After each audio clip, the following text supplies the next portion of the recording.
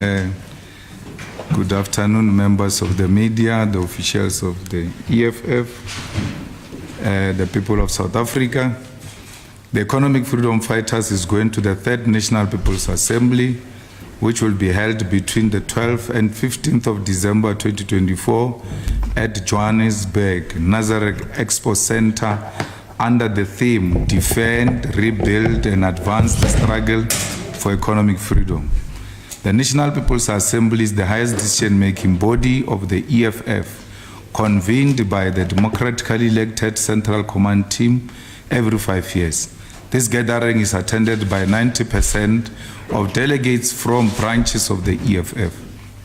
Since we released guidelines on the 30th of July 2024, out of 2,123 branches that met the requirements to convene a branch People's Assembly, branch General Assembly, a total of 1,100 branches met, elected new leadership and programs of action and delegates to the NPA. A branch that meets the requirements is a branch that has 100 paid-up members who are registered to vote in their branch and received a minimum of 10% of the votes in the 2024 national and provincial elections. Additionally, 1,023 branches are currently preparing to convene their meetings in order to meet the deadline of the 30th of October 2024. The Leadership Collective is satisfied that the majority of EFF members have conducted themselves with maximum discipline and in line with the guidelines, which demonstrate a sign of political maturity and the growth of the organization, with the exception of minor incidents and disputes, which were all positively resolved. We want to commend all delegates and encourage all of them to continue with maximum discipline to defend the movement, because there will be a temptation to provoke us. There will be information peddlers and spies. We must remain vigilant. Registration of all delegates will take place at the University of Johannesburg Soweto campus on the 12th of December, starting from 10 a.m. All delegates from branches, regions, and provinces will be transported to the registration venue and accommodation in various hotels around Johannesburg with daily shuttles to Nazareth Expo Center. Once registration is complete, all delegates will be allocated to the accommodation, which will be different hotels across Johannesburg. Transportation to and from the assembly venue will strictly be through the provided shuttles to avoid unnecessary traffic congestion and to prevent fatigued drivers, since some of the sessions might take longer than anticipated. The registration of all assembly workers, including staff, media, local and international guests, and security, will take place at the same venue, University of Johannesburg, Soweto, on the same date of the 12th of December 2024. We have invited embassies and they have until the 30th of October to confirm their attendance. They will also register for accreditation on the same date and at the same venue. Part of what the Assembly must do, in addition to the consideration of the constitutional amendments, reviewing the work of the currently elected leadership against the adopted program of action by the 2nd National People's Assembly, and adopting a new program of action for the next 5 years, is to elect new leadership as the term of the current leadership will come to an end. We will appoint an independent, reputable electoral commission, which, as stated in the guidelines, will facilitate nominations and voting for leadership. All nominations and voting for leadership will take place at the Assembly in a transparent and orderly manner, as we have done in the past. Delegates, both voting and non-voting, will have an opportunity to participate in commissions. We'll have a total of 12 commissions: a commission on organizational character and redesign, a commission on land and agrarian reform, on gender struggles, media, communication and battle of ideas, health and social development, education, Pan-Africanism and progressive internationalism, the economy and state-led industrialization, state capacity, governance, justice, peace and security, sports, arts and culture. These documents are a product of engagements guided by the EFF founding manifesto adopted in July 2013, intended to stimulate and encourage engagement both internal and external. We do not convene the assembly only to elect leadership, but we must come back with a clear, well-articulated and practical plan of action. While we appreciate their intended purpose, we also want to remind those outside that these are not resolutions, but merely serve to facilitate discussions. The key highlights of the discussion documents include the following. On organizational character and redesign, the organizational character and redesign perspective is an update to previous organic perspectives, with a stronger emphasis on how the organization can defend, rebuild and advance the struggle for economic freedom. Central to this proposal is a focus on building strong, sustainable and viable organizational structures, starting with increasing the membership requirement for a branch from 100 to 200 members with a presence in voting districts. The perspective also advances that every member must be an activist with direct influence on potential voters. Additionally, it proposes the establishment of a robust membership system that can account for each member and support of the EFF in terms of age, gender, and occupation. Furthermore, it suggests devolving an EFF region into sub-regions to better reflect the realities of South Africa's political and social landscape. Finally, the perspective proposes doing away with the student command and reorganizing it into a youth command that unifies all young people into a single structure, encompassing those in schools, universities, at work, and unemployed. On land and agrarian reform, this discussion document reaffirms the EFF's ideological foundation concerning land reform, particularly the first cardinal pillar, expropriation of land without compensation for equal redistribution and use. It explains the failure to amend the property clause in Parliament and offers a vision of state custodianship of land, proposing legislation within the current constitutional framework. The document critiques the post-1994 land restitution program as a failure, calling for its replacement with redistribution-focused program. Agrarian reform is also highlighted, reaffirming the need for small-scale agriculture to drive the country's future. On gender struggle, the on-gender struggle perspective links gender inequality with broader socio-economic oppression rooted in South Africa's patriarchal and capitalist system. The document argues that the fight for gender justice cannot be separated from racial and economic struggles, as Black women and gender non-conforming individuals face intersecting forms of oppression.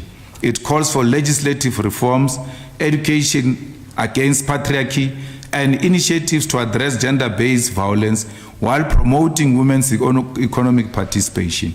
The document champions the creation of a non-sexist, inclusive society that rejects patriarchal norms and foster equality across all sectors of life. On media communication and the battles of ideas, the perspective reflects on the media and ICT landscape in South Africa, focusing on the dominance of certain players like MultiChoice and the duopoly of MTN and Vodacom in the telecommunication sector, which drives up data costs. The document critiques the journalistic sphere and highlights how ideological propaganda against the EFF intensified ahead of the 2024 elections. It underscores the need to break the monopoly on media narratives to foster a more inclusive and fair public discourse. On health and social development, the health and social development perspective critiques the current National Health Insurance, NHI, arguing that it fails to provide universal coverage and addresses systematic inequalities in the healthcare system. The document calls for strengthening primary healthcare services and ensuring every ward has at least one clinic or polyclinic.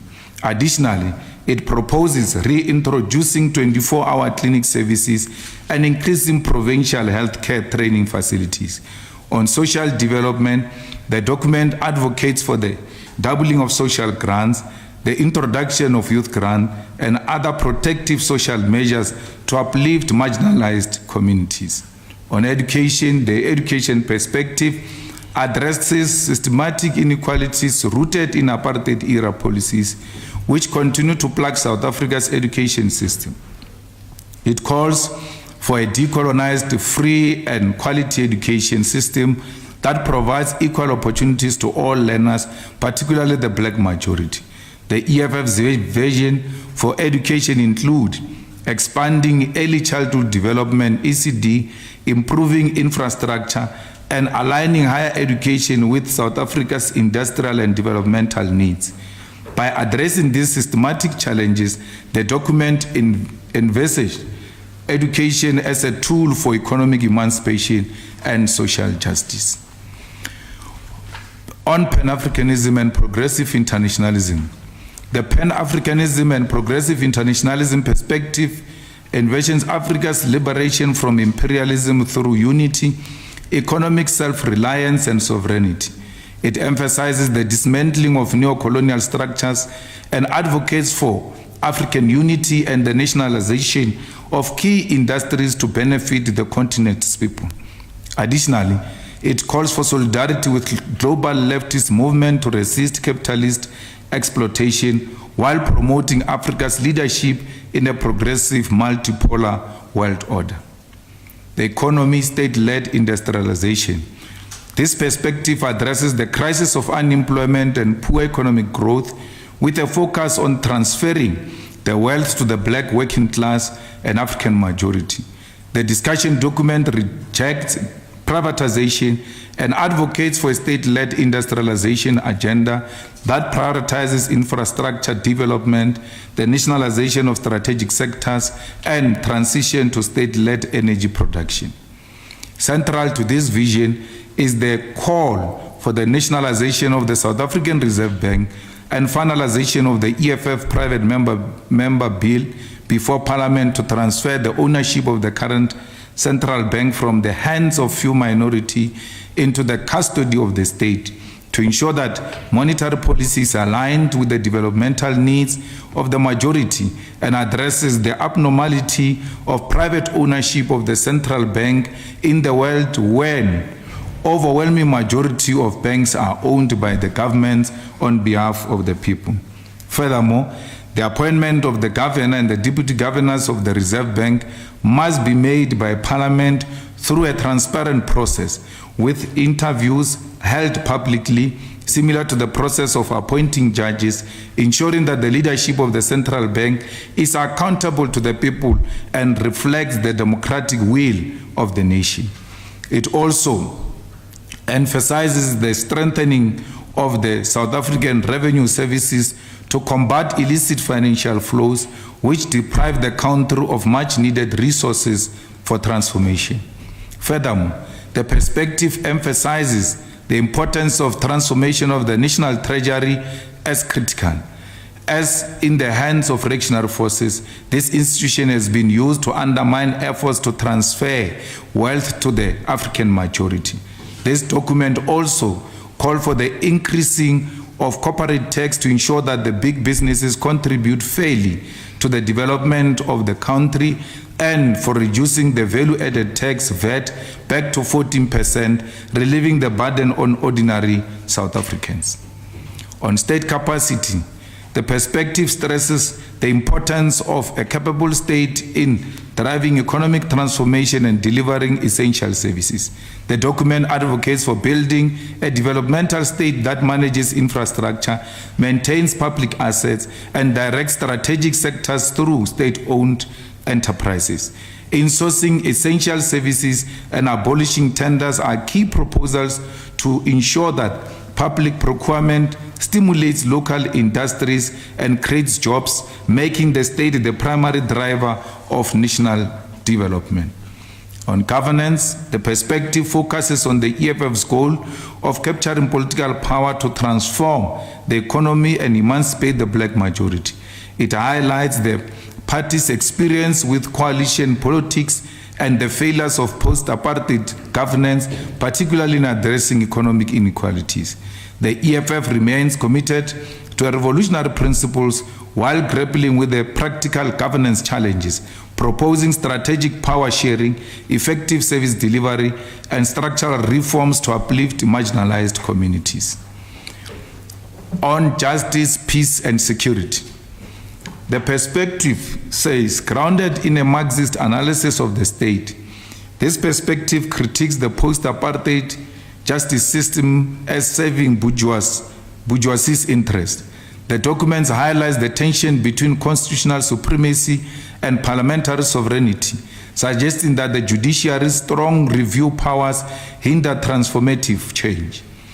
Proposals include the strengthening of the National Prosecuting Authority and its directorates, such as Asset Forfeiture Unit, Specialized Commercial Crimes, Sexual Offences, and Community Affairs, as well as all other essential directorates. Additionally, it calls for the appointment of the head of NPA to be made by a democratically elected parliament rather than the president, who the NPA may still need to decide on whether to prosecute or not, ensuring accountability and impartiality. The document also advocates for the strengthening of Chapter 9 institutions, including the Public Protector, South African Human Rights Commission, and the Commission for Gender Equality to safeguard democracy and ensure justice. The proposals further recognize the urgent need to address the rampant crime crisis that has gone out of control, with daily mass killings, high levels of murder, rape, and other serious offenses. It calls for the strengthening of intelligence services and overall security measures to combat these crimes decisively.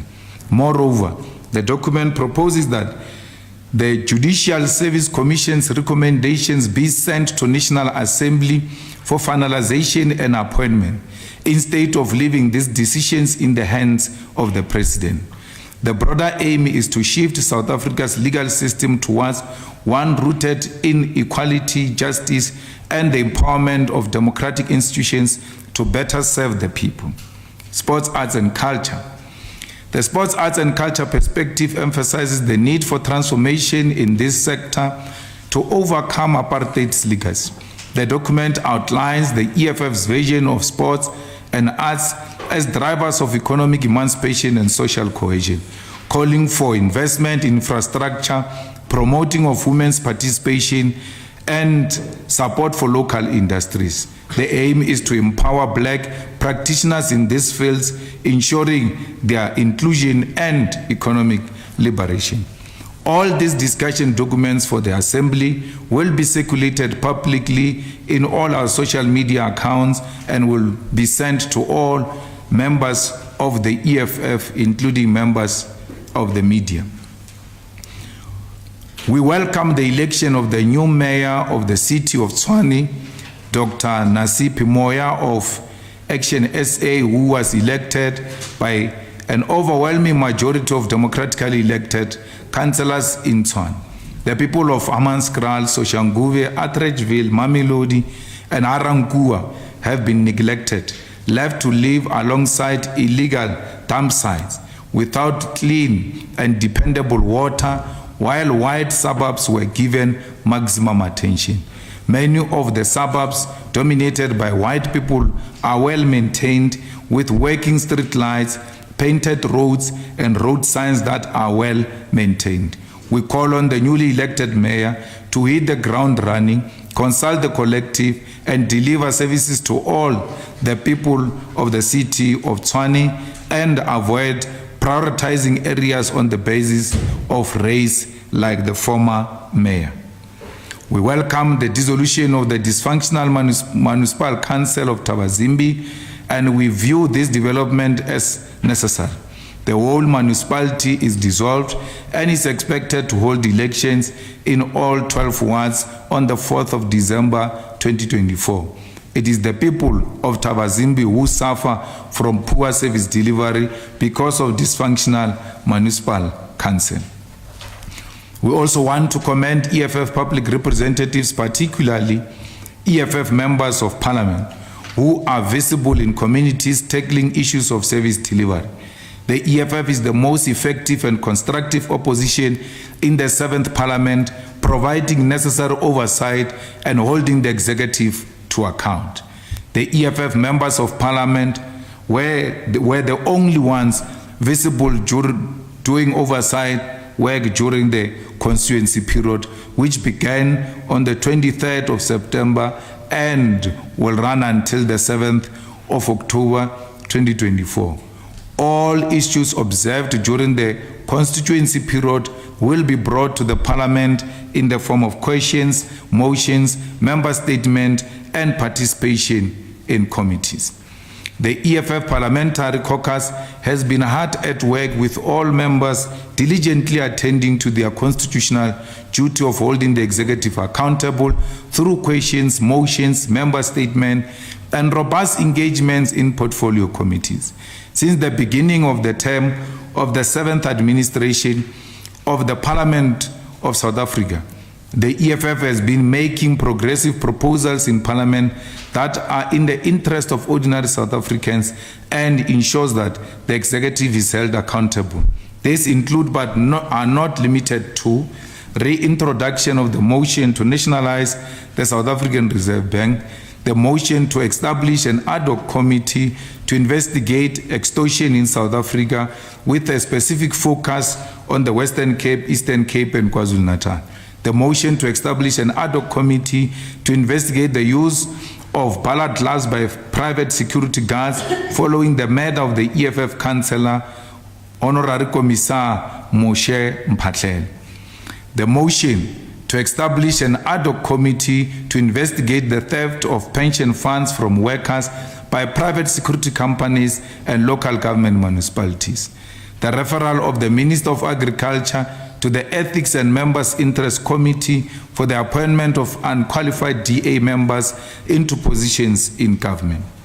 The EFF will continue with this work and encourages society to reach out to EFF public representatives whose contact details are publicly available to raise issues confronting them so that they can be given a platform in Parliament. We want to send our deepest and heartfelt condolences to the families of the 18 people killed in the Eastern Cape in Lusikisiki and call on the police to be decisive in dealing with criminals who do not value life, particularly that of women and children. Lusikisiki police station is amongst the top 10 police stations that record the highest reported murder rates, and this has been the case for some time.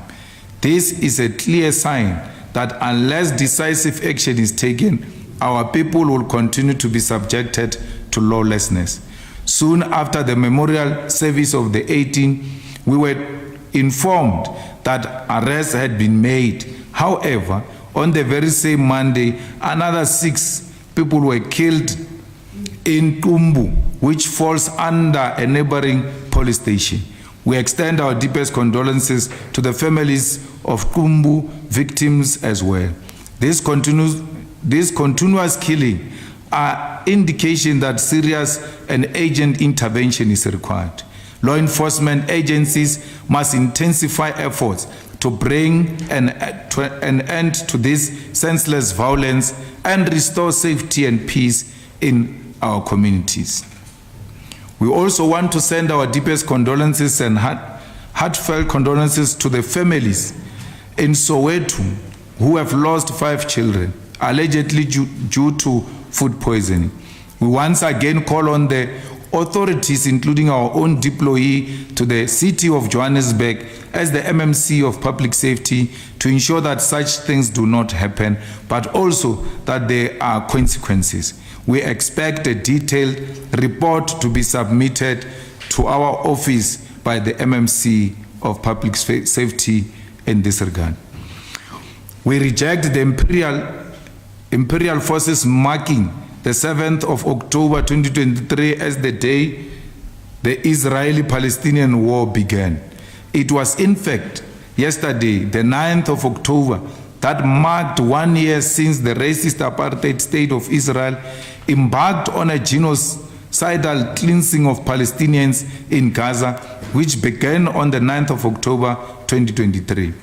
In the past year, Israel has deployed high-graded weapons, including internationally banned phosphorus, to target civilians and destroy schools, hospitals, even century-old Palestinian heritage sites. Over 900 Palestinian family lines have been erased, with the death toll suspected to exceed 100,000, most of whom are women and children. Journalists and aid workers have also been ruthlessly targeted, while Israeli leaders openly declare their intention to obliterate Palestinian life. The complicity of the international community, particularly Western powers like the US and the UK, has been disgraceful. Despite the International Court of Justice issuing an advisory opinion to not be complacent in genocidal acts, billions in military aid have been channeled to Israel, perpetuating its war machine in what amounts to a proxy war. The EFF will continue to put pressure on South African government to cut all diplomatic ties with Israel. The EFF is engaging the Speaker of the National Assembly to ensure that the EFF motion adopted in the 6th Parliament for South Africa to cut all diplomatic ties is implemented. The EFF calls on all sectors to cancel or suspend economic relationship, trade agreements, and academic relations with Israel. We support the boycott, disinvestment, and sanctions movement. We reject the marking of 7th of October as the day the war and genocide against Palestinians began. Under the illegal occupation by Israel, Hamas legitimately resisted Israel's occupation of Palestine on that day. It was not an act of war. It is a battle for the freedom of the Palestinians. The creation of the largest open-air prison was a signal of the conditions for genocide. It has been 1 year and 76 years of occupation, apartheid, and imperial oppression. We demand an immediate ceasefire and an end to genocide. We once more condemn Israel's ongoing expansion of violence and illegal occupation in the Middle East. The Iranian missiles response to Israel's aggression against Lebanon, Syria, and the assassination of Hezbollah leader is a just and necessary defense. We send our well wishes to the people of to the People's Republic of China, which observed the 70th anniversary of the founding of the Republic on the 1st of October, and we wish the people of Republic of China well in the future as they remain committed to the peace, stability, and progress of the world. We wish the people of Mozambique well in their elections that took place yesterday, and we wish them peace as they continue with the counting. The people of Mozambique must respect the wishes of the electorate. We want to send our deepest condolences to Ray Macaulay, the senior pastor and founder of Rema Bible Church, renowned gospel artist and cultural icon Solimuholo, revolutionary poet James Matthews, and award-winning kwaito artist Sandile Ngwenya, known as Mapaputsi. We pray their spirit rest in revolutionary peace. I thank you. Thank you, President. I think you need some water after that. Okay, we're going to take a round of questions. We're going to start on this side. So must we do 5 and then we'll take another 5 so we don't have a whole list of questions and sometimes we miss. 1, 2, 3, 4. Anyone else on this side? And then 5. Then we'll move like that. You know the drill, yes? Name, media house, and question. Thank you. Siyamthanda Chapa, News 24. Mr. Malema, you've just outlined the requirements for being admitted into the People's Assembly. I know the process is ongoing, branches are meeting. Have any of the branches or regions been disqualified based on the 10% rule that you put in place? And in terms of the logistics, which embassies have you invited to your People's Assembly? With regards to Tshwane, a lot of the parties that are in the multi-party charter, including yours, have put their necks on the line. Do you believe those parties can turn things around in the municipality? And finally, with regards to Mr. John Steenhuisen and referring him to the Ethics Committee, how far is the EFF willing to go to ensure that the matter sees finality and that people who started working in that office are not paid? Thank you.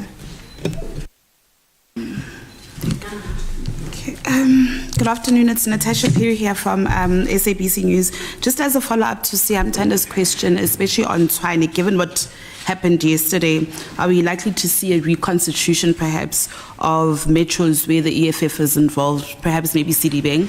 And then in August, following the regional assemblies that you held, the EFF's World Council in KwaZulu-Natal had instructed its PCT to rebuild branches and structures there ahead of December. How's that work going? Also, you mentioned in July at the EFF's anniversary that heads would roll in the Northwest and Limpopo, and of course Limpopo we see leadership changes. How's that work going ahead of the elective conference? And then I just also want to find out, you and the former Minister of International Relations and Cooperation, Dr. Naledi Pandor, remember you had made allegations against her. Do you still stick by them? Because she had said that you should provide evidence. If not, she'll take the matter further. You've mentioned the work of the EFF in Parliament and what you've managed to achieve so far. But I'm just also interested in knowing how the work of the Progressive Caucus is actually shaping up. Thank you. Thank you, Natasha, for the many questions. Naomi Kobe here with YFM. My question also pertains to the city of Tshwane. I think, Mr. Malema, of course we are seeing, some tensions playing out between those GNU partners, the DA and ANC there. Firstly, what do you make of what is playing out in the city of Tshwane? Just your honest, open opinion there. And then do you feel, this is an opportunity for the EFF to, I suppose, strengthen and maybe regain some traction there in Gauteng and the city of Tshwane? Thank you. Thank you, Naomi. Kotatsu Marisa from the Sunday Times. In relation to Tshwane, maybe to start there, do you as EFF believe perhaps that there should be sharing of mayoral chain with ANC having Joburg, Action SA now having Tshwane? Do you believe EFF should perhaps get Ekurhuleni? And then I think maybe these two should be linked. The proposal to move the branch in good standing from 100 members to 200 members, what is the rationale there? Is it not too high? And then maybe the one about maybe to expand on getting rid of the student command. What do you think would be the effect on universities? I mean, a lot of people a lot of parties are contesting. It's a very hotly contested terrain. I had another one. How do you think, or how do you propose the aligning of curriculum in universities or in higher education to industrial needs? I mean, how would that work? Do you think the curriculum as it stands should be overhauled altogether? Should there be addition of subjects? I mean, what are you looking at? Mining and maybe just an expansion on that. Thank you. Sorry for the long questions. You're welcome. Thank you, Kokotso. Good morning, Shannon Merrick from Kasi Broadcasting Africa. All protocol observed. My first batch, I'll deal with the EFF. Maybe later I'll come back to gossip and things like that if there's more time. It's clear from the statement that is made by the EFF president that EFF has done an audit of its branches, its members, and so on. With the National People's Assembly being in a few weeks, what is the strength, the weakness, the opportunities, and the threats for EFF going to the NPA, coming from the 2024 national elections and going to the 2026 national elections, if that can be answered as one? And then the student command being dissolved for the youth league, for lack of a better word. What's the future or the time frame for the women's league as well? Last but not least, did EFF dump the Progressive Black Business Caucus in favor of the Gauteng Government of National Unity? I'll come back later. Thank you. We're not giving you any more questions. Thank you, President. Thank you very much. Of course, there are regions that are disqualified if your branches, like in KZN, we only have 14 branches that have met the requirement of 10%. Only 14, SG? Yes. Yes. So what we did, because there are so many branches that are disqualified by not meeting the requirement of 10%, we then invited branches that got 100 votes and above. Because for you to be a branch, you have to have 100 members in good standing. So why would you have 100 members in good standing and not get 100 votes if those are legitimate members? So that's but they are going to come as observers, so that they come to appreciate that this thing of not working has got consequences. That invitation has been extended to KZN and the Western Cape. But everywhere else, it's a requirement of 10%.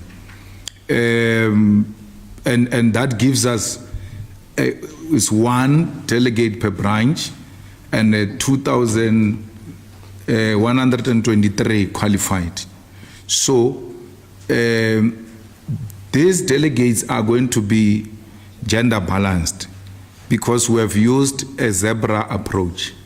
So if the first qualifying branch takes male, the second one must be a female, the third one male, the fourth one female. So because if we say one delegate per branch and we don't put that gender requirement, we are likely to have a hostel that looks like this new hostel that is formed in KZN. So we don't want to look like that. We remain committed to gender equality and the gender struggles. Things will turn around in Tshwane.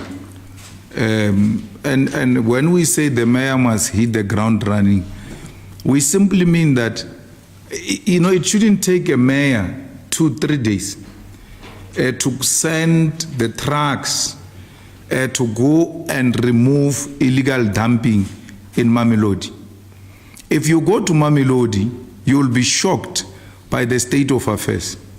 And you go to Mamelodi, you'll find people in Mamelodi queuing for water, something that we are used to in the rural areas, not in a capital city.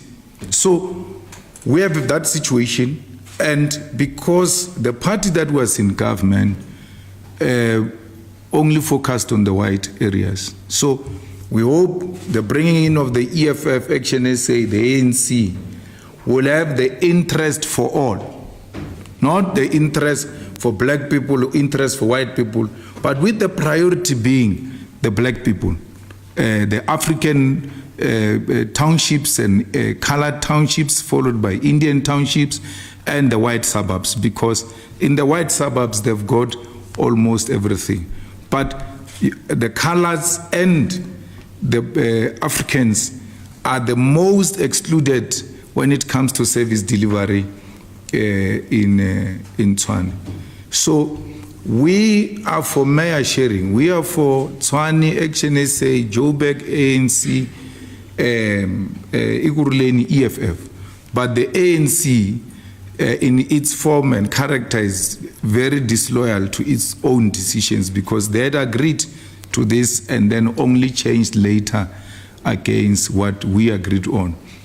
And it's the nature of coalition politics. You have to navigate them all the time. You don't say because we agreed on this and it's not working, then everything must collapse. No, you continue to battle it out. There is a huge intention to remove the EFF in Ekurhuleni for whatever reason, and we don't understand why is the leadership of Ekurhuleni hell-bent at removing the EFF, because there's a guy there called Doctor who's not so doctor in terms of qualifications like Gumani, is doctor by name, like Dr. Kumar. So what happens is that the guy is so incoherent and has got no clarity of thought, and he doesn't know what is really going on in terms of governance.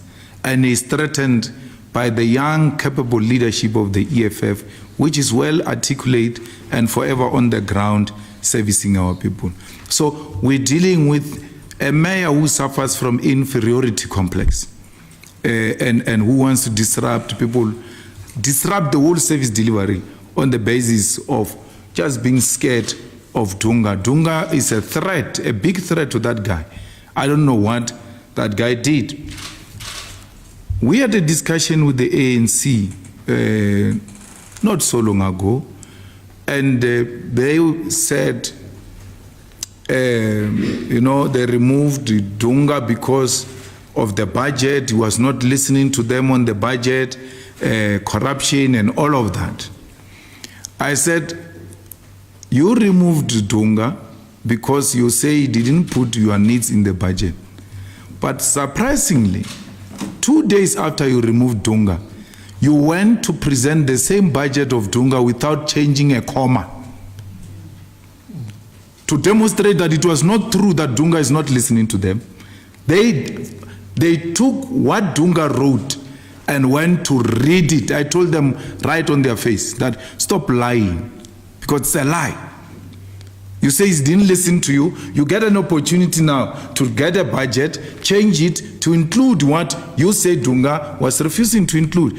You didn't include anything, including a full stop or comma anyway. Then you said Dunga is corrupt. That municipality, the period under Dunga, is winning award after award, because awards are not awarded during your term. I mean, they are during a year. After a year, there are, organization, institutions that give awards. Go and look at Dunga's year. It's receiving awards, including a clean audit. And there's never been any scandal of corruption. Can we say that about the mayor? They want to remove the EFF because the EFF said the chief of police must be removed in Ekurhuleni because of sexual harassment cases against him. A group of men want to come to, a group of powerful men want to come together to defend a powerful man against vulnerable women who this man has been harassing. So we are not saying he's guilty, but we're saying allow the process to take place. The ANC was refusing that until we met with Panyaza and TK to put some sense into this doctor and Jongizizwe. And you could see, I told them, I said, they wrote a message, they said, there's no turning back today. We're done with the EFF. I said, okay, let's look at what happened to where we reached a point where you say, today, there's no turning back. What happened today? What happened today is that the EFF supported a motion of the suspension of chief of police. And you are fighting for an individual, you are hiding behind nonsensical issues. And once you see them behave like that, you must know the chief of police has got something on them. because they can't reason it out. You can see these guys are scared.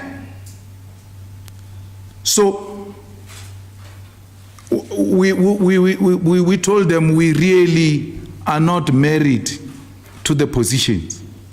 If they want to remove the EFF, they must feel free to do that. We have no problem with that. But we'll never succumb to corruption and sexual favors and refusing to promote people because they refuse to give you sex. And because we want to be MMCs, we must defend that. We refuse that. And we still refuse it to date. So we're not calling for any reconstituting of any municipalities. We want stability. And from the few days observation I've made as a head of GTU, not GNU, GTU.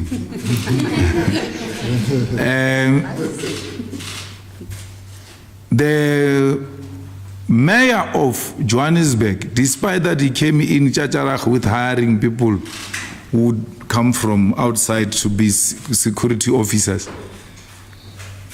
if he continues the way he's continuing, he's going to get this municipality stable.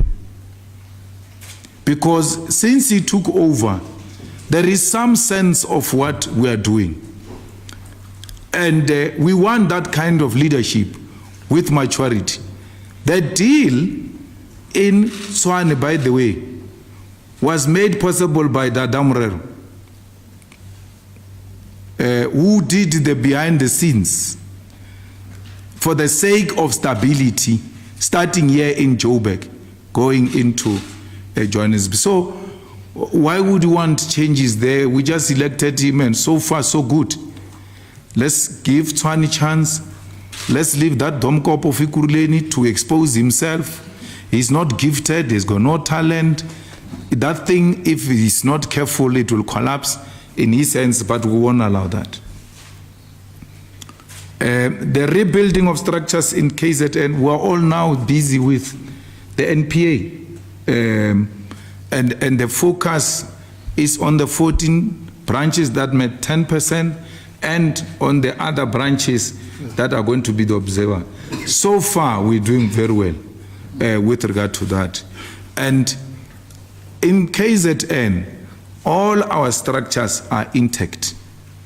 There's no any region or sub-region or whatever that has gone to any of the organizations that are currently formed in KZN. So, and we met with the structures in KZN. We met with the regions, we met with the province.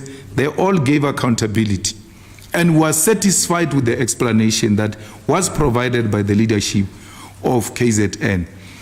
They put up a fight. It was not easy for them. It was not an easy task. And we had to reflect about it as to what were we going to do differently if it was us, given that challenge these people were facing in KZN. So we don't see any element of laziness, of abandoning structures and organizational work from amongst the leaders of the EFF in KZN. So there's no need. We have resolved. SG, someone was telling me there's someone who says there's still going to be a CCT decision about KZN. The CCT has taken a decision to leave the structures of the KZN as intact as they are. We are going to rebuild KZN together with those existing structures. So there's no structure in KZN that is going to be disbanded. If it gets disbanded, it will not be on the basis of 2024 elections. It will be on their failure to engage in the rebuilding process that we are engaged in. Northwest, again, we got a satisfactory explanation from the leadership. The problem is in Buchanan. And we disband where the need arises. And we're still seized with that matter of Bujanala, where we lost almost 27,000 votes. We cannot leave that unattended to and unpunished. It's a matter we assist with because Bujanala, it's a very critical region for us if we want to have an impact in Northwest. The ANC, in its articulation of 2024 elections, preparations, they had not counted Northwest in the top 3. That's how much they themselves had given up on Northwest. And then people go and play with such an opportunity because the ANC was saying, Northwest, well, it's gone. They were saying the top 3 is Limpopo, Eastern Cape, Mpumalanga. And then Mpumalanga was overtaken by Northwest. So even from the opposition point of view of the ANC people and their own internal research had confirmed that Northwest cannot be counted in the top 3 provinces of the ANC. But to our surprise, and because of what we have explained, we got ourselves in that situation, which is, fixable. We were going to fix it. I wrote progressive question. What is the progressive? Well, the progressive caucus is there. It meets every Tuesday. The chief whips meet to prepare for a week ahead, and we have been on oversight, Parliament recess oversight. So there was never a need because the progressive caucus works on the basis of what is on the agenda of Parliament, what do we want to put on the agenda of Parliament, which areas are we agreeing on, and then it begins and ends there. Doesn't go anywhere. You can't say, as a journalist, that 200 members are too high, because you must ask yourself how many votes win you a VD. 200 members or votes don't win you a VD. There's no VD you can win with 200 votes. Well, if we're serious about winning an election and we're serious about building a mass-based organization, movement, we need to demonstrate it through the membership. We're not married to all of these ideas. We're just throwing them out there for the public and for the delegates to reflect and take a decision. So tomorrow I must not come here and defend the decision to retain 100 members, and then they say, you see, it's a flip-flopper. Last week he said 200 is discussion document. We must not engage in intellectual laziness. So even the student command, there is absolutely no disruption of the work that the student command is doing by introducing a youth command and say, today you are no longer called a student command, you are called a youth command, but everything else remains intact. It's just a name changing. Like the ANC Youth League. The ANC Youth League is in campuses, in the villages and in the township. So we don't want to create what the ANC created with the Youth League and SASCO, where they end up contesting and fighting each other in the campuses. So we want the youth to be under one umbrella body. And we support the leadership of the student command, and we commend them for the good work they are doing out there. They are fighting big battles without us getting involved. They are doing it on their own. We have deliberately stayed out of it because we want to train them as the third layer of leadership of this organization, such that when they graduate into the mother body, they know that this is how battles are fought, and we're happy with what they are doing. So we just formalizing now the establishment of the youth command, which will retain the student command structures and then expand into the villages, townships and suburbs, and then ultimately have its own conference. I can't put time frames now on the Women's Command or the Youth Command or anything. The conference will make reflections about that and then take a decision on timeframes. And the new leadership will work on the basis of those timeframes as determined by the conference. Our education has to be aligned to the objectives of developmental state and industrialization. So let's go to Limpopo, for instance. University of Venda, University of Limpopo, TUT, UNISA. Their primary focus must be on mining, must be on agriculture, must be on tourism, because that's what constitutes the core of the economy of Limpopo. So we cannot have a situation where the education of Limpopo continues to produce more teachers, yet there are no posts for teachers. If anything, the teaching posts are being reduced. So the education then becomes irrelevant to the industrial needs and the economic needs of that particular province. And this applies to everyone else. We should be having institutions of higher learning in the Western Cape that specializes with fishing,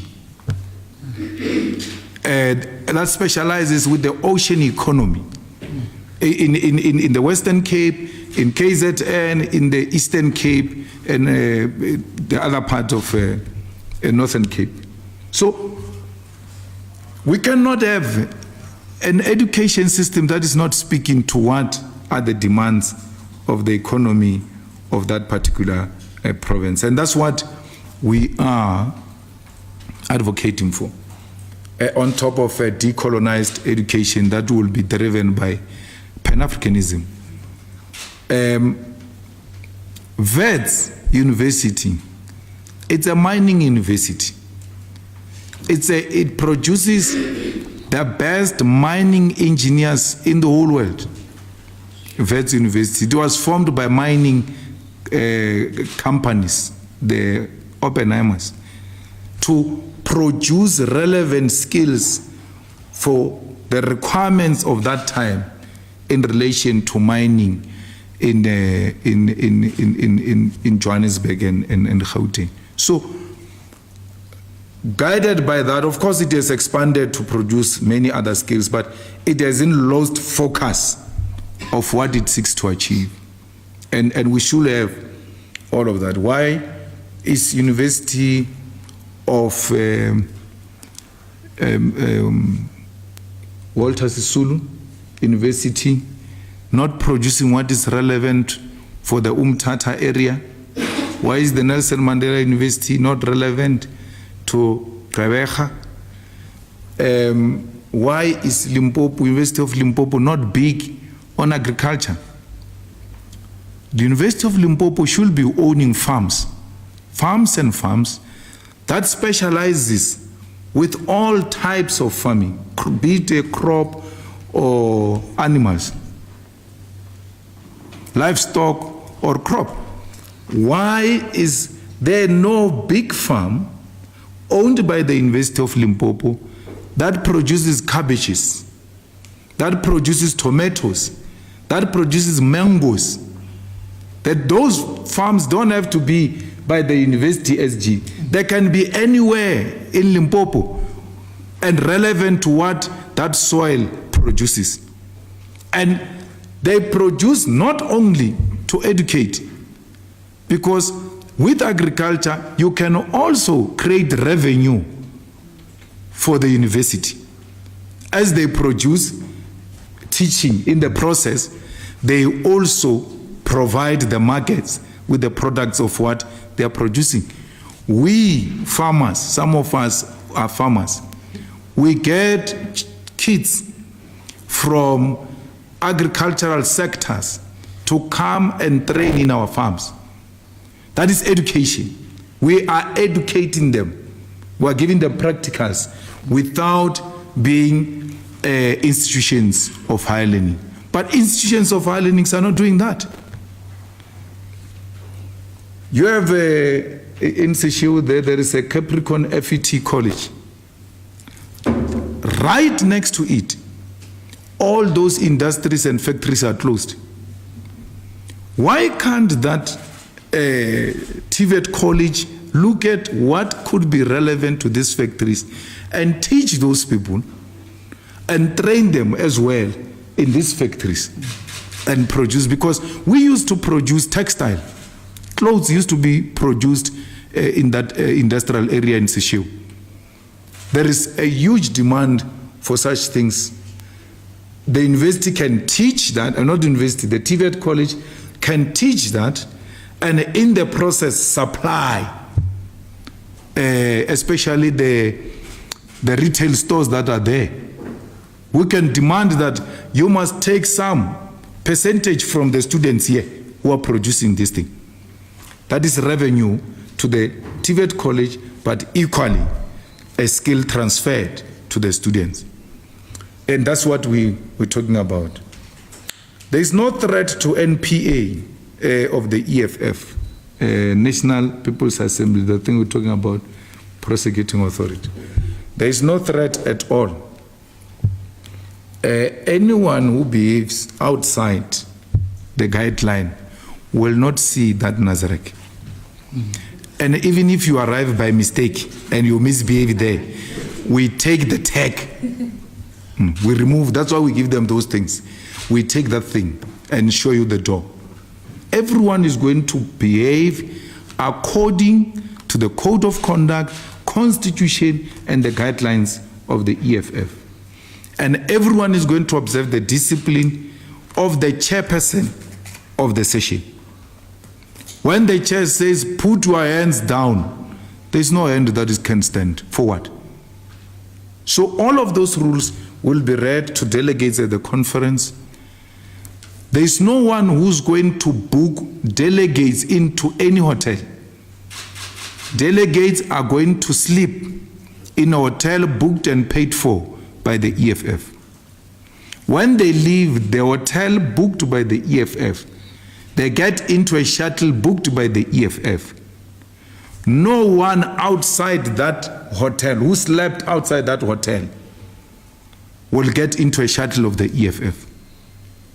And delegates will have access to the conference through the shuttle of the EFF. If you come outside the shuttle of the EFF, then there should be an explanation. It means you are misbehaving. Because I know these things of conferences. People book hotels, buy alcohol, steal delegates and dump them there and give them a different discipline. We can't allow that. Okay, if we pay this hotel, when you go and sleep in a hotel of a faction, what happens to this man of the EFF now? What must happen to this man of the EFF? We can't allow that. So there's no, even going into 2026 elections, there's nothing at all. What we are doing now, we did guidelines for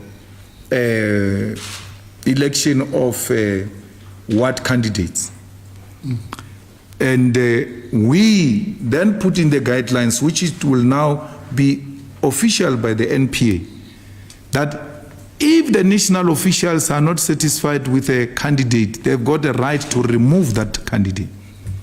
Because the candidates buy people alcohol on that day of nomination of the candidate. And then they get elected, but these are not community activists. This person is a common drunkard who pees publicly there. He's known, a drunkard. Then they say, this must be a candidate, and then you lose elections that you must win. You ask yourself how? You had a wrong candidate, and you have no mechanism to correct that. This thing that the chairpersons of branches and secretaries of branches and regions think that it is automatic to become a candidate, it's not. We can even go and fetch a pastor in your ward who's well respected, who aligns with the EFF, who joins the EFF. We say, no, we want this pastor to come. We want this principal to come. We want this teacher to come. Because the wards must be led by community activists. not by factionalists who are the best in lobby and then lazy in doing the actual work. Like in Tswane now, after this, we are going to interview the potential MMCs. And you know what we are going to do? I was telling Leanne this morning, we are going to record the interviews on video for EFF archives, so that when these people don't make it, they don't speak nonsense about the EFF. You speak nonsense, we release the video. Or here is the person who says, now we didn't appoint him because we don't want him. Here's the interview of the person. Yeah. We need to start recording these people. Because they go out there and speak very bad about the organization as if they are the best. But they are not the best. They are the best factionalists who have no clue, none whatsoever, in what they want to do. They say they want to be MMCs or finance of this. We ask him a simple thing. What is the budget of Ikurlane? I agree you came here. You are being proposed as MMC of finance. You come to an interview. A simple thing of knowing the budget. Even if you are not exact, just around, this much. Some of these people we had not appointed in Johannesburg, and I was not head of GTU at the time. Some of the people we refused to appoint on the positions of MMCs could not tell us what does JMPD stands for. But you want to be an MMC of public safety. And when we don't appoint, we get spoken bad about, and we have nothing to back ourselves up. This is the person who says he wants to be a leader. In the EFF, you can lead if it's fine. You agree you are lobbying. You're doing what democracy. That is not. That's a deployment. There must be a different criteria, and that's what we are doing because we are serious about service delivery. Not about factionalism, not about who support who. We're not interested in that. We're interested in, do you know what you want to get yourself into? Do you have an appreciation of what this animal is? Thank you. Oh, Steinesen. What about him? Him hiring unqualified, illiterate whites. Yeah, busy guy now. We're busy with that one. He's in the ethics there, where I sit. And these people can't be paid. Because if they get paid and they are unqualified, they themselves are getting themselves in trouble. Because once it is found that they were not qualified and not deserving of those salaries, they are going to be asked to pay back that money. And they are putting themselves into big trouble. Steinesen must just know ijampile. Unarwa mogola is not waking. He must leave it. But because he's a matriculant and he loves matriculants himself, he's so married to that idea of hiring unqualified people. So we're not going to sit back. We've told all of you that DA is led by mediocrity and is saved by white skin. Because they are white, you don't critique them the same you are critiquing us. Today, you made us the face of corruption. Mashaba tells you every day, no leader of the EFF came to me when I was a mayor to ask for a tender, but we are the face of corruption. And he says Tony Leon came to my house to ask for a tender. So, but DA is not a face of corruption because it's white skin. DA survives through Swart Khafar. So they put my face to scare white people. They've made me a political ho-ho of white people. When white people are about to shift, they say, oh, and then they run away. We supported DA here and they were ready to receive our support under Mashaba. Why didn't they say, no, we can't take the support of people who are going to kill us, who are going to destroy wildlife? We even supported the illiterate in Ekuruleni, madam, who was very scared to go to Tembisa of DA, that madam. Madam, why that time when we were voting for her, she didn't see Swar Khafar? It's not real. And white supremacists, racist supremacists are gullible. They get told lies and they believe those lies, and they want to behave like white people are generally smart. But they can't see this is a lie. They're just scaring us here. These guys have got nothing against white people. They are fighting for equality. Whilst we speak in English, they hear the message more than all of us. And then on Mamana Lady Shemai, you know, I was making a political engagement in that interview. It's a political speech. It's a political speak. And I raised her name, and she clarified those things, that she has never been involved in those things and all of that. And she wrote a letter to me to ask for instruction and all of that. And I said, look, it's a political engagement. I respect you so much, and I've accepted the explanation you have given, and I don't intend to pursue that line, because now there is more clarity on what really transpired. And I've sent that letter, and I don't want to engage with her in a public sphere. It's one of the respectable former ministers of our country who's at the forefront of fighting the struggles for the total liberation of Palestine. Why do you want to go into confrontation with such a person? So I did not say that to want to negatively impact on her image or anything. I was engaged in a political engagement. And she came back and said, no, but you are wrong. I'm not involved in the way you are describing it. I don't know what you're talking about and all of that, and accepted that. And that's a political engagement. That's how it works. So political speech is protected by the Constitution of the Republic of South Africa. And that speech is presented differently from how lectures are presented in lecture halls. So we can't, when we're engaged in political speech, always be threatening each other with letters. I've written back and I said, look, I don't want to fight with the minister. I engaged the way I engaged, and she engaged the way she engaged. I accept clarity, and I don't want to pursue that line of argument. So that's the end of it. If she wants to pursue it, that's her own issue, but I'm not in that space anymore. Thanks.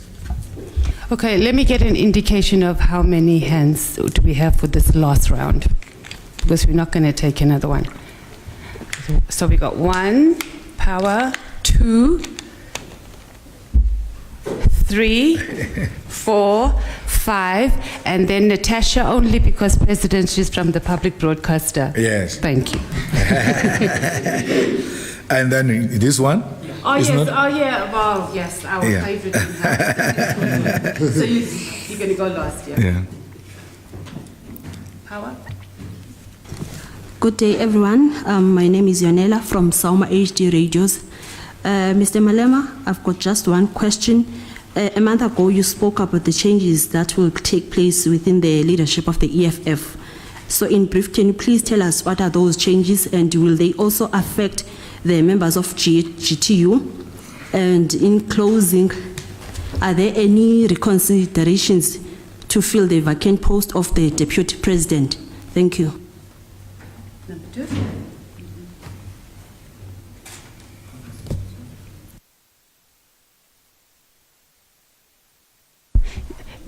You can use the one next. Okay, I think it's on now, yeah. Morning or afternoon, Mr. Malema. Alpha Ramushwana here from Eyewitness News.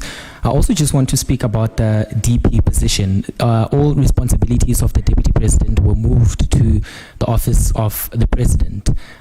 Would you support a motion at the NPA for the office of the Deputy President to be dissolved completely, and perhaps just have a President and an SG and all the other positions in the top executive? Secondly, I also want to speak about Dr. Klagaza, who you've spoken about today. He says he wouldn't mind having an executive in Ekurhuleni, which also includes the Democratic Alliance. So he seemingly wants the GNU to boil down to Ekurhuleni. What do you make of his proposal, or perhaps his intention to have that kind of formation in the city of Ekurhuleni? I also want to speak about your new government in Tshwane. Your relationship with ANC in Ekurhuleni is sour. Why do you still get in bed with the ANC, knowing what they did to you, remove the MMC of Finance in Ekurhuleni? Don't you fear that they could perhaps do the same in the city of Tshwane? I mean, they don't have the mayor there, but they still do have some sort of power. And lastly, Sihlelonzi, the president of the Student Command, has spoken about how he feels about the relationship between the EFF and the MK party. And I mean, if we do look at the policies of the MK and the EFF, they don't really align. I mean, they believe in compulsory military conscription, sending pregnant teenagers to Robben Island, and all those right-wing sort of policies. Do you believe that the EFF should indeed relook the relationship with the MK party in Parliament as far as the Progressive Caucus is concerned? Thank you. Thank you, Elf. Thank you. I'm Khawala Magolego from UFM.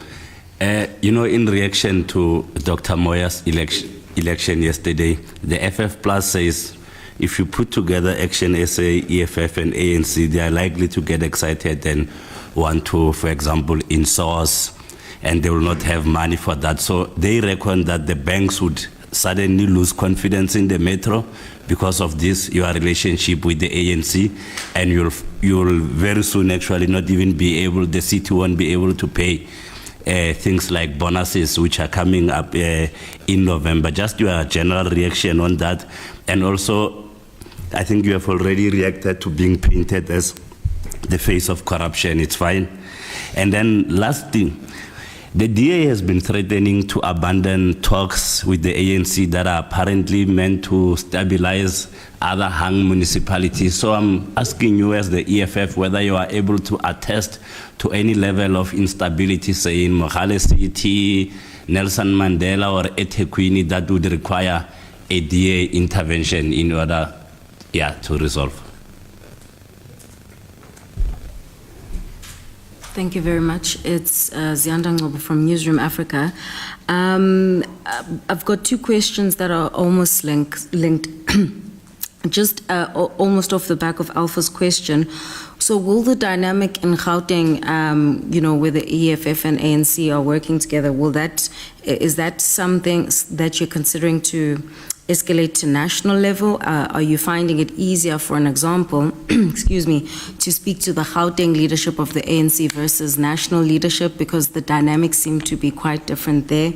And then just my last one is to speak about your Constitutional Court matter on the 26th of November, where you are seeking to resuscitate the Phala Phala court case. Just wanted a bite on that. Thanks. Thank you, Newsroom. Let's go to SABC. Okay, these are just two questions that were sent by my colleagues. And they're asking, what is the EFF standing regarding Mogale City auction of land, where the EFF is in a coalition government with the ANC? The second one says there's a story of a PRASA head of security, Alexio Papadopoulou, I hope I got that name right, reportedly not having matric. Is this something that Mr. Malema could respond to? Thank you. Yes, PRASA. I'll send you the thing.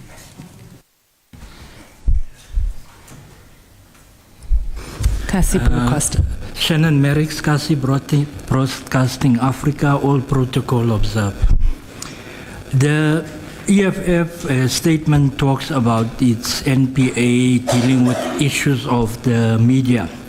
Now, there's a group of criminals that's been found guilty that's been sentenced in South Africa for the biggest heist in Africa and Germany. Steinhoff, they are white. The media is silent. With Mr. Malema, Mr. Zuma, and whoever, we saw their underwear, we saw their farms and everything. The media is silent on these white convicted criminals. And the law in South Africa, these white criminals are at home, they pleaded guilty. They're at home in East States with indoor swimming pools, underfloor heating, all those nice things. But a black child that got the payment by mistake from NSFAS was sent to jail and so on. What's your opinion about that? Then on Vodacom, a black child started Please Call Me, has been caught for years. Nobody is supporting him. The Please Call Me case has been going on for years. Why is members of parliament not boycotting, and I mean members of parliament, not just EFF, boycotting Vodacom to settle the case because it's been going on for years? Last but not least, Drip Footwear. EFF is going to a NPA. I think black business will be one of their commission or support for black business and so on. If it was Agri-Forum or Solidarity, they would be, irrespective of what the owner of Drip did wrong or right, is not an issue here. But in Solidarity would have tried to say, how do we save this black-owned brand, this township brand, and so on? What's your opinion about that in general?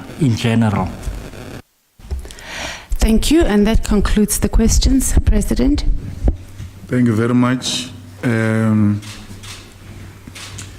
I don't know what changes were going to be made because we announced that the GTU will go into the office of the President and that all those who were members of the GTU are no longer members of the GTU, and extended the invitation to the Chair and the Secretary of Provinces to constitute the GTU.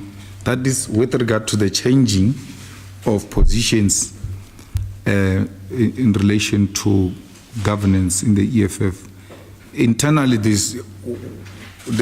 we said even then, the position of Deputy President will not be filled because we are going to an NPA. So the NPA will elect the Deputy President according to the current constitution of the EFF. There is a position of Deputy President. I don't know, I've not seen it in the constitutional amendment discussion that position of Deputy President must be done away with. But those who are advocating for that, this is the right time to argue their case, because with regard to this discussions document, we are going to accept written submissions from anyone who has got a bright idea, any suggestion you think can constitute a very good resolutions for the EFF. You are more than welcome to make that position. Well, Doctor has been talking to the DA and has been flirting with the DA. That's why I told you there's nothing we can do about that. When the ANC province has lost control of its own regions, it shows that the ANC is in serious crisis, in a self-destruction mode, where regions of the ANC report national to Mbalula, where Mbalula undermines the ANC province and communicate directly with regions and meet them somewhere there in some hotel in that suburb next to in Sandton, and then plot the downfall of the provincial leadership of the ANC. It's their own internal problem. And factionalists like Doctor, who are challenged politically, ideologically, and otherwise, when they see such a vacuum, they will not waste time to grab such an opportunity and emerge. Who would have thought Doctor can work against Panyaza? Because Doctor and Panyaza were inseparable. But those are politics. There's nothing you can do about it. Doctor is engaged in open defiance of Panyaza's leadership, and to an extent engaged in caucuses that seeks to remove Panyaza and all of that. So Because of that relationship we have with the ANC in Ekurhuleni and everywhere else, and national to a particular extent, we can't throw our toys. We are in a coalition. We have not won any power. In the coalition, you negotiate every day for the next 5 years. Every day. Today you are in, tomorrow you are out. Did you see how mayors gets changed here? You wake up today, there's a new mayor, you can't even pronounce the name. As you are still practicing the name and mastering it, the guy is gone. That one of Joburg, what? Guamanda. Guamanda. Guamanda. When we grab the name, gone. And then what? It's coalitions by their own nature. They are unstable, especially if they find people who are not matured to know that no one has won power. Because I told the ANC when I met with them, Panyaza and some of the leadership of the ANC, I said, every day in the province, in the municipalities, every day when you wake up, put it in your mind that you have lost power, because you still want to operate like you've got power.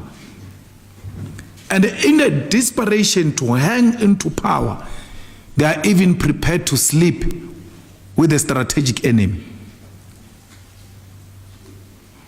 So this is just power mongering. There is no principle at all. And it's a lie that if you insource, the banks lose confidence in you. Why didn't they lose confidence in Mashaba when he insourced here in Johannesburg? Why didn't they lose confidence in us when we passed the resolution in Ekurhuleni that we are going to insource? There must be an investigation on how we can go about it. Ekurhuleni never lost any support of the banks. Again, Swart Khafar. And it's not shocking coming from Freedom Front, because Freedom Front is a direct product of apartheid. They are the direct beneficiaries of apartheid. They are the designers of Swart Khafar. Because Freedom Front will say to people, if black people take over, they are going to kill white people. That's what they used to advocate for. So they are good with a lie. And we're not shocked they're saying the thing. There is no any motion, any insourcing that is going to drive away the banks. That's why we're talking about the establishment of state banks, so that when the commercial ones threaten to walk out, the state bank must walk in. Because we're not going to be dictated to by capitalist white-owned banks in South Africa. We must refuse that. We support the ANC leadership in Gauteng, and we don't do that in exchange for positions. The ANC national has made it very clear to them, you can go anywhere except the EFF. And they said, okay, we can go anywhere except EFF or MK, that's fine, but we're not going to DA. We're choosing to stay out with other small parties out of that GNU arrangement. That is a fair thing. When I met President Ramaphosa, I proposed that. I said, if you have a problem with going with the EFF, please don't go with the DA. Go alone and constitute a minority government. Exactly what Gauteng did, but they did it after. It was before even Gauteng did it. I said to President Ramaphosa, you've got 40%. Mapantiti have got this percent. This one has got that percent. You put together those percentages, you are still at the right position to can make decisions, because we will not support the DA in Parliament. Even when we are in disagreement with you, we will not vote with the DA, we'll rather abstain. And if we abstain, you make it through in Parliament. So Ramaphosa didn't need the DA at all. But he decided to go with the DA. So at the center of this, I don't understand what Mbalula ate from who. Because the guy has changed. No one, the people who grew up with him, not a single person can identify the Mbalula who's speaking today, who's addressing us every week like a presenter of Pala FM. He's always pete, pete, pete, saying a lot of nothing. Every week, there's a week where he addressed us the whole week. The whole week. So, why is Mbalula defending GNU even more than the person who came with the GNU, Ramaphosa? I mean, Ramaphosa is very reasonable about it. Mbalula is not reasonable about it. You speak against it, you will get a letter. What are you saying? When you arrive there, Ramaphosa says, hey, what are you doing here? Say, no, I'm called here. Say, there's no explanation. No, you are a list man. I don't understand what this guy is talking about. He's more GNU more than the person who came. The person who came with this thing is Ramaphosa. Mbalula is the main man to date. He has overtaken the founder of the GNU. I'm very scared of that gem. It has changed the man. The man has changed completely. A sellout of notes, always ready to destroy his own in defense of white supremacists. To an extent that Mbalula agrees to put his signature on that agreement, which is a sold-out agreement, sell-out agreement.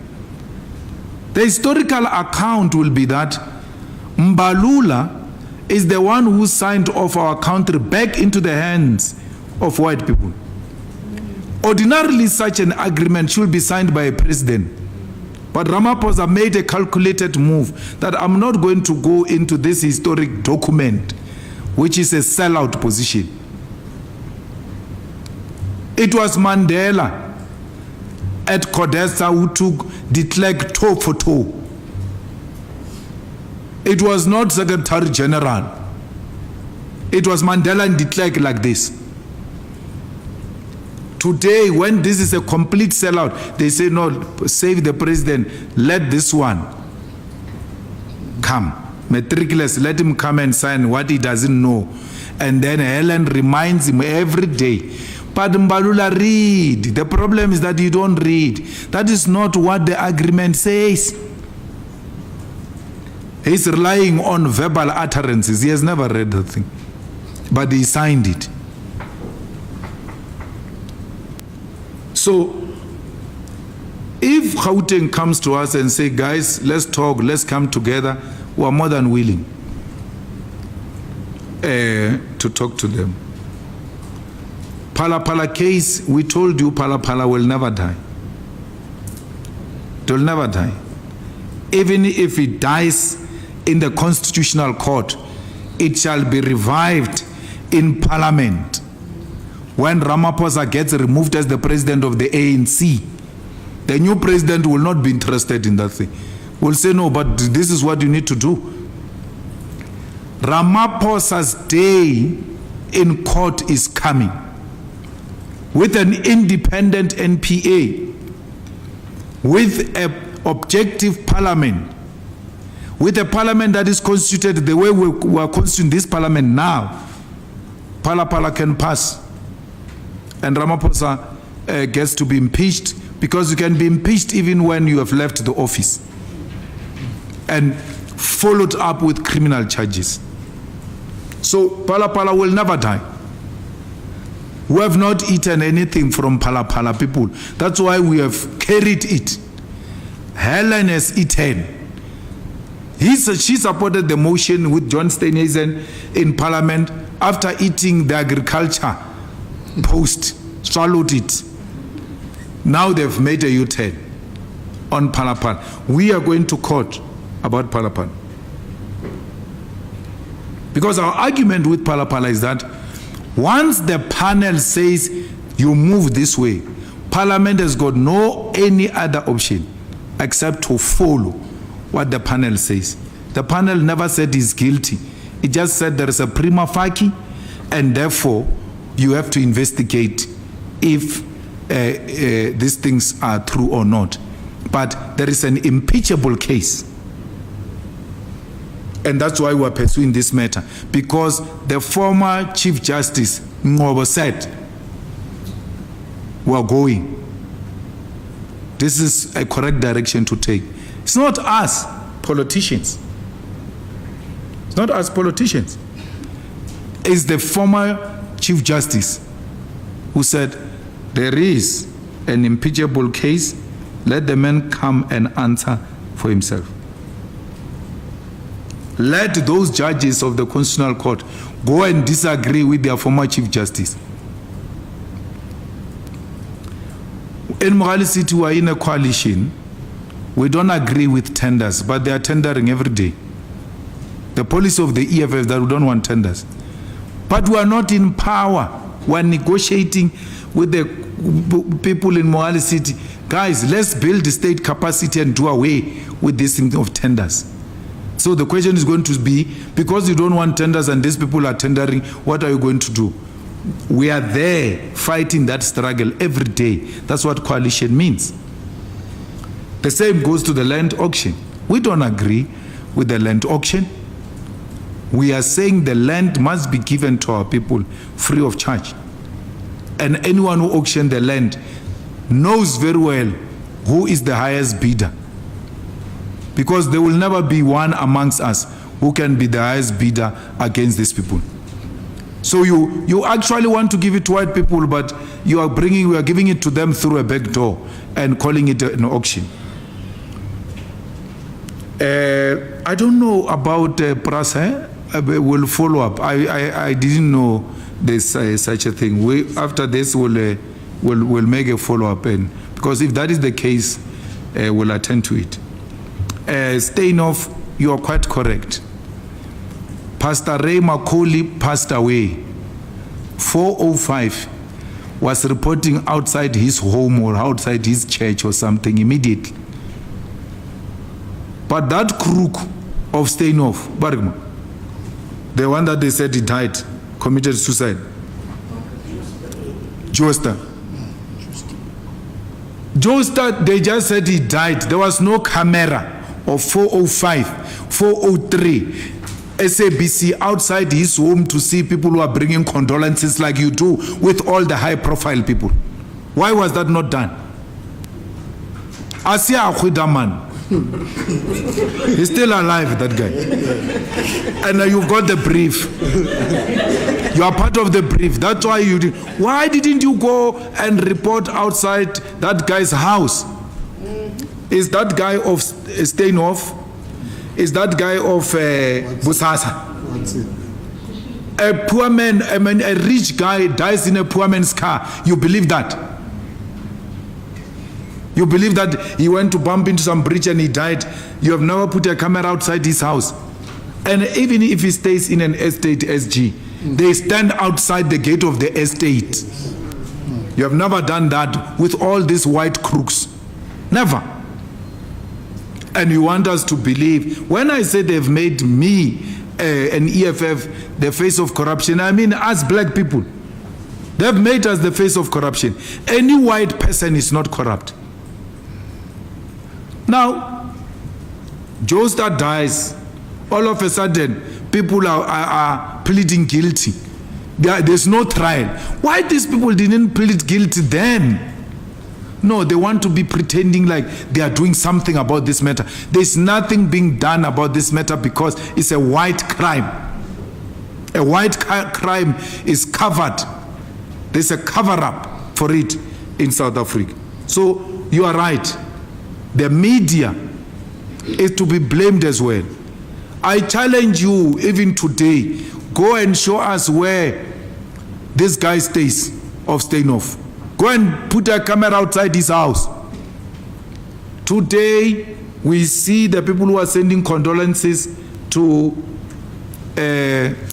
Pastor Ray Macaulay. We are going to see the people who are visiting the house. We are going to have interviews outside the houses of Pastor Ray Macaulay, because it's an honorable man. You don't have to cover him. God has covered him a long time ago. Doesn't need your cover. So, when were we going to know where Pravin stays if he had not died? Because we never knew where Pravin stays. But you were broadcasting from outside Pravin's house. You even showed us luxurious hash carrying Pravin's coffin. Imagine if that coffin, that luxurious hash was carrying Malema's coffin. The amount was going to be calculated and we were going to be told how many poor people were going to be fed by Malema's coffin. But when such things are done by your favorites, in life and in death, you defend them. You never write any nonsense about them. We are being attacked in life and even in death. So, we still want to see where the stain of Guy stays. We support the Please Call Me case. We've made calls several times for Vodacom to settle this matter. And we know it's going before the courts. We may have to mobilize society behind. It's a just cause. It's a just cause to support. And I like the suggestion that perhaps Parliament must take a decision, which is a motion that we can sponsor, to suspend usage of Vodacom by members of Parliament in protest and in support of the Please Call Me guy. I have a meeting tomorrow with Lekau, the owner of DRIP. I want to understand what is going on. I want a minute detail of what is really going on, because at a face value, DRIP is doing well. And it was a growing brand found in many other shopping complexes. But we will not know the internal usages of monies and all of that. Why is there no business rescue? We just go to liquidation. Why is there no saving? Where is Patrice Motsepe when we need him? If he's indeed a successful black billionaire, where is he? When a young entrepreneur with such a promising future is going down. My brother, you can't compare us with those Afri-Forum things and what is this other one? Solidarity. Shema, even if I ask all EFF members to put together their last cent, they won't rescue the RIP. It needs 20 million. How much? 20 million. We won't get it. We're struggling now to get money for our own NPA. Imagine you saving the RIP. When you say you're going to save the RIP, another member of the EFF, what about us in the sheikhs here? You're taking the money to your friends. So, DRIP is worth saving. So let's hear the story and let's make calls. And the people who are going to intervene, they can take over the finances of DRIP until they stabilize, recover their money, and hand them over back to DRIP. So I'm unable to make a call now. But after those discussions, we'll issue a statement and say, okay, this is what we think can happen. Because more than Lekau, we're concerned about those workers, ordinary workers who work in those shops. Their families are going to go hungry. And this is the problem with the economy of South Africa. Telkom is going to retrench. They have issued out a circular. It's going to retrench. That company of coal, of Bramaik, not Svanye, Seriti, is retrenching. Post office is retrenching. There's no area where there's no retrenchment. But we are told GNU is working. Show me in which area are the jobs being created. Because I only see jobs being retrenched, workers being retrenched. I only see jobs being lost. And I can tell you where the jobs are being lost. If you argue that the GNU is working, show me where they are hiring people today. Show me. You can't call those things of hiring people in their offices employment. The economy of South Africa as we speak today is retrenching. Under the GNU, hey, there is confidence of the GNU, there is investor confidence, but there is retrenchment. And we support AMCU, and it's the only union that has stood up to fight for those coal mine workers against it. We support them, and we are watching that process very closely, because we very soon will enter the space on the streets in solidarity with the workers. So please stop lying to us and saying there are jobs being created. There are no jobs being created. There is no investor confidence, because the investor confidence must industrialize, must produce jobs, must develop infrastructure. Where is massive infrastructural development in South Africa? 100 days has passed of the GNU. Show me what they've done in 100 days. Mbalula says, yeah, people said load shedding, it will come back after elections, wara wara. We solved load shedding. They solved load shedding in the 6th administration. It was not solved by this. There was never a load shedding when the 7th administration was introduced. It was stopped before.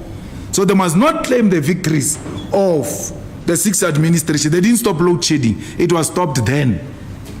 Of course, we didn't believe it was genuine. We still don't believe it's genuine. But the GNU didn't stop load shedding. The GNU didn't create anything positive for our people. Nothing in the 100 days. So what are you talking about? There's nothing that a black man and a black child can point and say, these are the benefits of government of national unity. DRIP is closing down today, liquidated under GNU. Under GNU. You say GNU is working. What's the land useless? Huh? What she knows is factionalism of Eastern Cape and corruption of her and Oscar Mawian and all of them. Why is Stella not rescuing DRIP in protection of all these people? Why is there no state bank that will put money to protect small business, including black owned? If it's DRIP today, Batu is following, Tsepo Jeans is following, and were projected as failures as black people. That's how they want to perpetuate the narrative, by making us to fail. When they fail, they are being rescued. There is always a rescue for them. But when it's a black-owned firm or company, there's no rescue. I'm not being racist or anything. The facts are there to speak for themselves. You see, the only crime I've committed, SG, in this country, and why I'm the most hated person, is because I just tell you the truth, the way it is, and you don't want to hear it. That's why if you don't want to hear the truth, just switch off the press conference of the EFF, because you're going to hate us more for exposing the truth. We are about the truth, and we'll never shy away from telling the truth. We are not about political maneuvering and political position mongering. We are not about that. We are about protecting the vulnerable, the children, the women, the African masses of our people who are under attack from white supremacists who want to perpetuate white dominance of our economy. And that we will never agree. And that's what we are fighting about. So all the ground forces must ready themselves. We're going to an NPA, and that was all this conference was about. The discussion documents are there. Let's engage in intellectual engagements and not distort the discussion. If you have a different view, express it. We hope Sunday Times will give us space to express our opinion pieces, as they always do, and City Press. Actually, I'm shocked that of late, Sunday Times is more amenable than City Press. It used to be City Press, because Sunday sometimes, even these days, can have an article strongly opposed to Ramaphosa. I'm like, What's happening here? What is Tsepo doing with that institution? It looks like something is coming there. So let's engage. We're going to write articles about these documents, summarize them, send them to the newspapers, talk about them. We'll line up interviews with all of you. There's no one who's going to be denied interview except 403. 403 is the opportunity now to come and apologize to the NPA. It has been 5 years now. And after we left them, they never grew, they are declining. That's the power of the EFF. Once it goes the other way, the viewership goes down. So they want to grow the viewership. This is a right opportune moment. They must come and apologize to the NPA because that's where they made a mistake. They've never walked out of a press conference of apartheid which killed our people. What was the justification to walk out of the EFF press conference? There was none except racist reasons. And they knew that that was a platform where the truth is going to be spoken, and they walked out of the truth. They must come back to the truth, swallow their pride, and apologize. They will get an interview immediately after the apology. Thank you.